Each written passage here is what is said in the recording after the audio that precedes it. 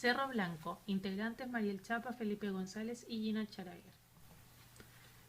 Contexto metropolitano. Se puede apreciar la relación entre el Cerro Blanco y los otros cerro-islas de la ciudad y las áreas verdes a nivel metropolitano. También se observa su cercanía a las grandes vías metropolitanas y a un punto reconocible dentro de Santiago como lo es la Plaza de la Dignidad. En relación a la información técnica del cerro, este se ubica en la comuna de Recoleta. La limita Avenida Recoleta por el este, calle Montserrat por el oeste y calle Unión y Santo Dumont de norte a sur. Posee una altitud de 643 metros por sobre el nivel del mar y tiene una superficie total de 18,38 hectáreas, de las cuales 14,7 de ellas no se encuentran construidas. Posee una composición vegetal mixta y se encuentra bajo protección según la Ley de Monumentos Nacionales como zona típica. Ubicado en la comuna de Recoleta, Cerro Blanco es mucho más que un montículo natural de rocas, piedras y vegetación. Declarado Patrimonio Cultural en el año 2000, esta colina de 18 hectáreas y 89 metros de altura alberga parte importante de nuestra historia y raíces. En relación a la historia del Cerro Blanco, podemos decir que los primeros vestigios de su uso fue antes del siglo XVI, donde los pueblos originarios comenzaron a poblar a los pies del cerro, otorgándole una connotación religiosa, reconociéndose por el nombre de Cerro Apu Huechuraba. Con la llegada de los españoles, el cerro pasó a ser propiedad de Inés de Suárez, quien en 1545 manda construir el santuario de la Virgen de Montserrat, siendo nombrado el cerro con el mismo nombre de la Virgen. En 1558 el cerro pasa a ser propiedad de los dominicos y se construye la capilla La Viñita, que años más tarde se derrumba. Luego, en el siglo XIX, el cerro se comienza a ser utilizado como cantera para las obras arquitectónicas de Santiago, como lo fue el Puente Calicanto y el edificio La Moneda, tomando el nombre de Cerro Blanco por la piedra blanca que se extraía. Luego, en los años 1821, se construye el cementerio general a los faldeos del cerro. En 1834 se construye la parroquia de la Virgen de Montserrat como la conocemos ahora, en el lugar donde estaba ubicada la capilla de la Viñita que se derrumbó en 1647. En 1930 se instalan viviendas informales en los socavones de sus laderas y posteriormente en 1990 es declarado zona típica. Aquí podemos ver la manera en que se formó el cerro. En su inicio era parte del Cerro San Cristóbal y luego se separó por una quebrada que se rellenó con sedimentos hasta que se aisló y permaneció como lo vemos hoy. Antes de santuario católico, este cerro era un lugar ceremonial picunche. Luego los españoles utilizaron el cerro como cantera y por este motivo tiene los sacados inmensos. Hoy lo que se está haciendo por parte nuestra es un rescate como lugar de nuestras ceremonias y queremos transformarlo en un Pillanhuenpul, un cerro sagrado. La cosmovisión indígena identifica al cerro como un vínculo entre lo espiritual y lo terrenal, otorgándole el nombre de Apu Huechuraba. Dentro de los legados indígenas se encuentra por un lado el legado histórico, donde podemos observar la declaración de monumento histórico a las piedras tacitas. Y por otro lado se encuentra el legado vigente, donde se observa la construcción de altares como el temazcal y la realización de actividades como la fiesta de difuntos, el carnaval andino y el día de Queco. Aquí podemos ver la evolución urbana del cerro desde el año 1700 a 1985, observando cómo se empieza a integrar como parte de la ciudad. Se puede observar la densidad de población que existe alrededor del cerro, siendo la zona este cercano a la avenida Recoleta entre ambos cerros donde existe la mayor concentración de población, debido a los proyectos de densificación en altura que se han desarrollado en los últimos 20 años. En relación a la población, se muestran las concentraciones de población emigrante por manzana, presentándose un alto porcentaje de ella alrededor de todo el cerro. La población perteneciente a pueblos originarios por manzana de igual manera presenta una alta concentración en torno a todo el cerro. Es una de las áreas verdes de nuestra comuna que esconde varios secretos ancestrales. Es el Cerro Blanco, un cerro de más de 600 metros de altura que cuenta con un tranquilo y relajado parque al que se puede acceder gratuitamente en la comunidad. En los alrededores definimos tres tipos de vialidades: vías principales de carácter intercomunal y gran movimiento de población. Dentro de estas se encuentran Avenida Recoleta y La Unión y Avenida La Paz. Vías secundarias que poseen una vocación de carácter más comunal, donde podemos encontrar las calles Montserrat y Santo Dumont, que bordean el cerro por el poniente y sur respectivamente.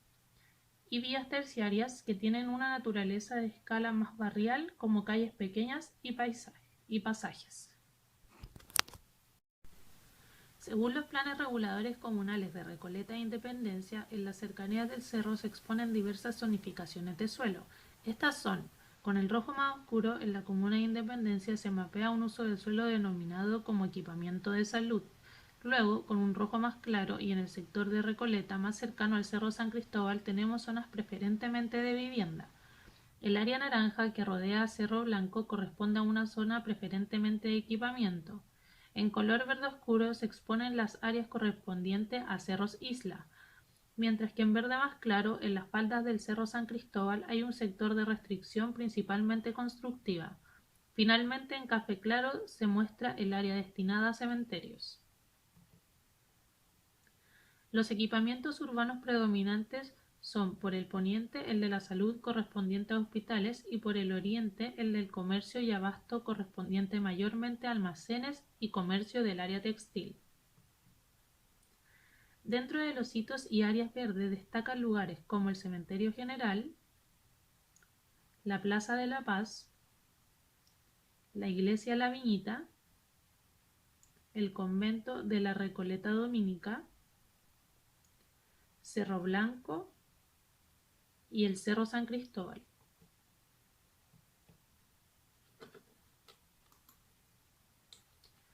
Al ser un barrio muy antiguo, existen diversas tipologías de manzana y vivienda. Podemos encontrar desde tipologías coloniales hasta modernos edificios inmobiliarios. Destacamos primero lo que denominamos como manzana tradicional, que se conserva principalmente en el sector entre cerros y que se caracteriza por ser compacta, de viviendas continuas, con patios y circulaciones interiores. Luego, esta manzana comienza a ser transformada, apareciendo las manzanas tradicionales con equipamiento.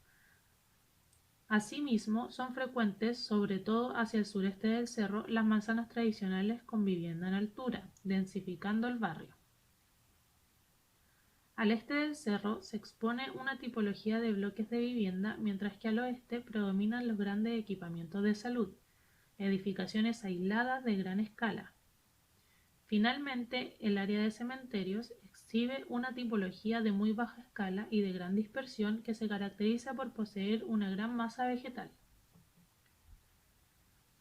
Para poder comprender mejor las espacialidades que bordean al cerro, se realizó un mapeo de llenos y vacíos, donde se evidencia claramente la dispersión del cementerio general, las grandes edificaciones del área de equipamiento de la salud, la solidez de las manzanas tradicionales, entre otros.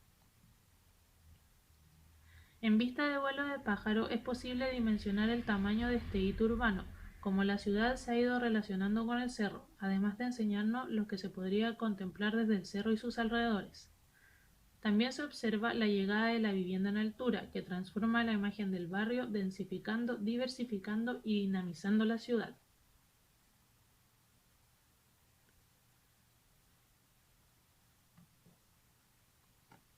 En un corte norte-sur se muestra la forma alargada del cerro con sus quebradas y planicies, además de su relación con la ciudad.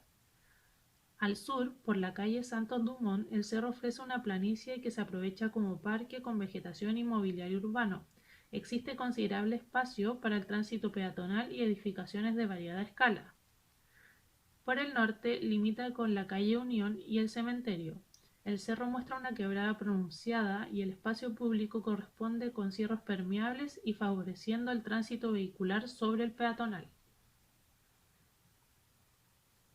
En el corte oeste-este destaca la relación entre Cerro Blanco y el Cerro San Cristóbal, la distancia que los separa, su diferencia de altura, así como también la homogeneidad de escala de las edificaciones. Al este limita con Avenida Recoleta, una vía de vocación intercomunal, con gran amplitud y flujo. En este sector el cerro ofrece un sendero arbolado acompañado por un gran calzada vehicular y una vereda que asiste a una vía denominada por el equipamiento y un alto tránsito peatonal. Por el contrario, hacia el oeste se limita con calle Montserrat, una vía de bajo flujo peatonal y vehicular, con gran masa vegetal, tanto para el lado del cerro como para el sector de equipamiento de salud. Símbolo de Recoleta, es frecuentado por su considerable zona forestal, integrada con bancas de descanso, juegos infantiles y senderos de maicillo, además de cobijar el centro ceremonial indígena Apu Huechuraba, nombre original en mapudungún de este cerro, el que busca rescatar las ceremonias ancestrales de nuestra tierra. Dentro del cerro podemos encontrar dos tipos de vegetación de especies nativas y vegetación de especies regadas o exóticas. Dentro de las nativas destaca la araucaria, el chagual,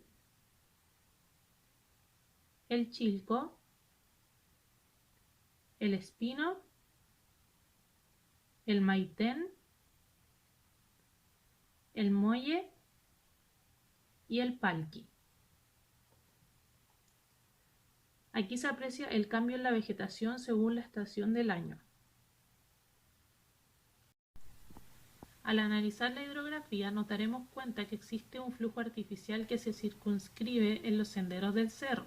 También se puede apreciar cómo el flujo natural baja por las quebradas, erosionando en menor o mayor medida los suelos. Finalmente, destaca la presencia de un flujo hídrico que conecta ambos cerros, el canal La Pólvora. Por su nivel de humedad podemos clasificar los suelos del cerro con mayor y menor humedad, presentes principalmente en las laderas orientadas al sur.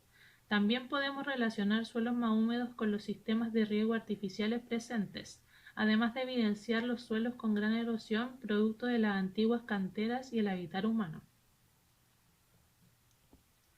En las actividades resaltan aquellas que tienen que ver con charlas y talleres en distintos puntos del cerro. Por otra parte, también son relevantes las actividades culturales, el senderismo y el avistamiento de aves que hacen uso del sendero oficial que abarca todo el cerro. Dentro de las aves han habido avistamientos del cernícalo americano, chochín criollo, puertarramas chileno, cotorra argentina, fío-fío, golondrina chilena, gorrión y jilgueros.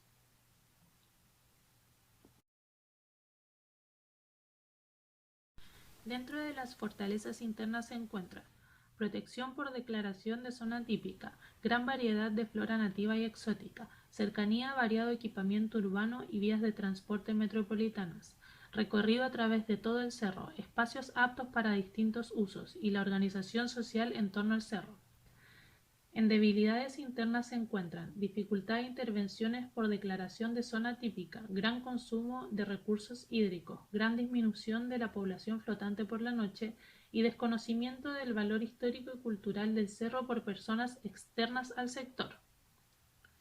En las oportunidades externas se resaltan reconocimiento social del cerro como un actor importante dentro de la comuna, versatilidad de los espacios para variadas actividades de interés de la población, suelo apto para plantaciones de flora nativa y exótica de bajo consumo hídrico, gran flujo de población durante el día. Y en las amenazas externas se encuentran los focos de delincuencia alrededor del cerro, transformación de la imagen barrial por la llegada de proyectos inmobiliarios, pérdida de la identidad y autogestión indígena, predominancia de la vegetación exótica sobre la nativa. La abstracción que nosotros hacemos del cerro tiene relación con el carácter multicultural y multifacético que ha manifestado con el tiempo, albergando diversos usos, nombres y aspectos, ostentando de un gran valor indígena y tradiciones. También se relaciona con la heterogeneidad urbana que le bordea. Numerosos tipos de equipamientos y tipologías se han ido conformando múltiples imágenes urbanas en sus faldas. Todos estos elementos son piezas de un mosaico multiforme, fragmentado de identidad y urbanización que se afianzan con el cerro, su historia e imagen, relacionándose de manera nutritiva, correspondiente e irrenunciable, enraizando cada fracción de un sistema que se retrae y se distiende.